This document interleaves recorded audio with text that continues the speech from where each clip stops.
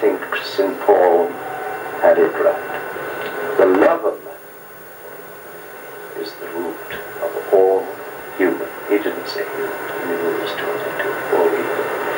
I think it's absolutely true. What we're going to do about it is precious little. You know, we give all sorts of reasons for doing things. We've got, not only have we got British troops, about 15,000 at this moment in the 6 counties of Northern Ireland, armed to the teeth. And if 1,000 young men come forward and hold up their hands and join the IRA, we call them rat scum, bloody heroes, fighting back this massive power we've withdrawn from India. But in a piece I was asked to write, of course, it's a very dangerous thing to ask me to do anything. A few months ago, before it was, I said about Sierra Leone, where we have troops now, we announced that we were going to help the British subjects to get out. They're still there. They're growing in numbers, and I rather naughtily asked the question in this, some cynical people would ask, are there diamonds? I think it was cut from the out. You know, we're a lying, cheating, shallow people. So the Germans, so the French, so the Chinese, and many Indians. This is very interesting, because in doing what I'm doing with the postal history of that war, I had to use many, many war maps of the Second Anglo-Boer War, and there are many of them, many. But this was given to Field Marshal, the Right Honourable Lord Roberts, Commander-in-Chief, with the compiler's compliments. And it's bound in khaki, and when Lord Roberts had finished fighting the Anglo-Boer War, the Second Anglo-Boer War, the compilers got together all the maps he used in fighting the war, had them bound in khaki. This is it. So I use these.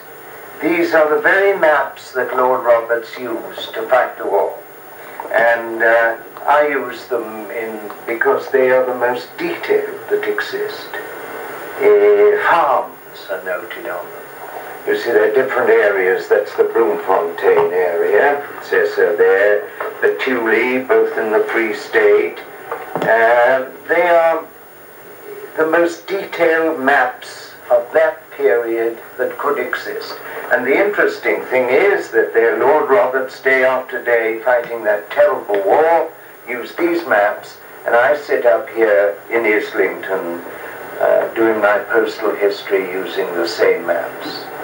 And in a way, for the same reason, to find out in detail where places were.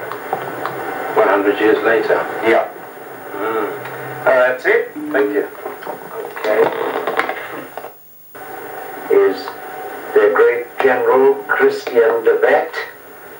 All farmers, you know, but they turned out to be a number of them very great soldiers, guerrilla fighters. Next to him is Danny Theron, who was Afrikaners. Seeing this or listening to it must forgive some of my pronunciation. I don't speak Afrikaans. But Danny Theron was one of their heroes. The woman next to him, I'm very relieved to say, is an English woman, and the one truly great hero that Britain produced during the war. Her name is Emily Hobhouse, and she did what she could to stop the deaths of the Boer children. In our hands, the Boers, who are not a big nation, lost 25,000 children so that England could get the gold under Johannesburg, and I don't like it. I'm very eccentric, but I really don't like it. And next to her is De La Rey, another farmer who became a guerrilla fighting general. So they havoc. They didn't, we sent very nearly 500,000 imperial troops there. between 450,000 and 500,000. They were able to send into the field 50-odd thousand farmers, and they were still defeating us and giving us a bad time after nearly 3 years. The only way we could beat them was to burn the land, burn their farms down, and put the women and children into what we unhappily call concentration camps. And it's unfair to equate our concentration camps with the Nazi concentration camps. Lord Roberts and a Boer War advertisement for, I presume, an insurance company. Kitchener, particularly unattractive man. This is General Hector MacDonald, great hero of the Boer War, fighting Mac, who was publicly disgraced because they accused him of homosexuality. An interesting story about Hector MacDonald was a remarkable soldier, a contemporary soldier, though he's dead now, Field Marshal Sir Gerald Templar, isn't it? He led the British Army in the guerrilla war in Malaya, and I think it's true to say the only Western military leader who was victorious against communists. We've never beaten them. And we did in Malaya, and he came to visit me to look at this collection. And I wasn't in this house at that time, and I was showing him around, and he turned a corner and came face to face with Hector MacDonald and his difficult to pin down reputation. And he froze. I had by my side, behind the Field Marshal, the then director of our National Army Museum, and the Field Marshal froze, looking at, I didn't know what he was going to say. He would know about his history. And suddenly he swung round to the director, very nice man, and said, "Hector MacDonald, what a splendid soldier. We did an utterly disgraceful thing. We accused him of homosexuality, and he shot himself dead." In fact, what the Field Marshal said to the director, "We accused him of buggery," is what he said. And he exposed his, so I've liked the Field Marshal very much from that moment. I happen to be, I was quite a notorious heterosexual, now retired from the field, hurt, and very old. So,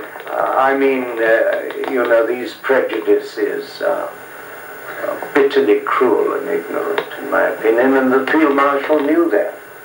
So I'm very fond of him.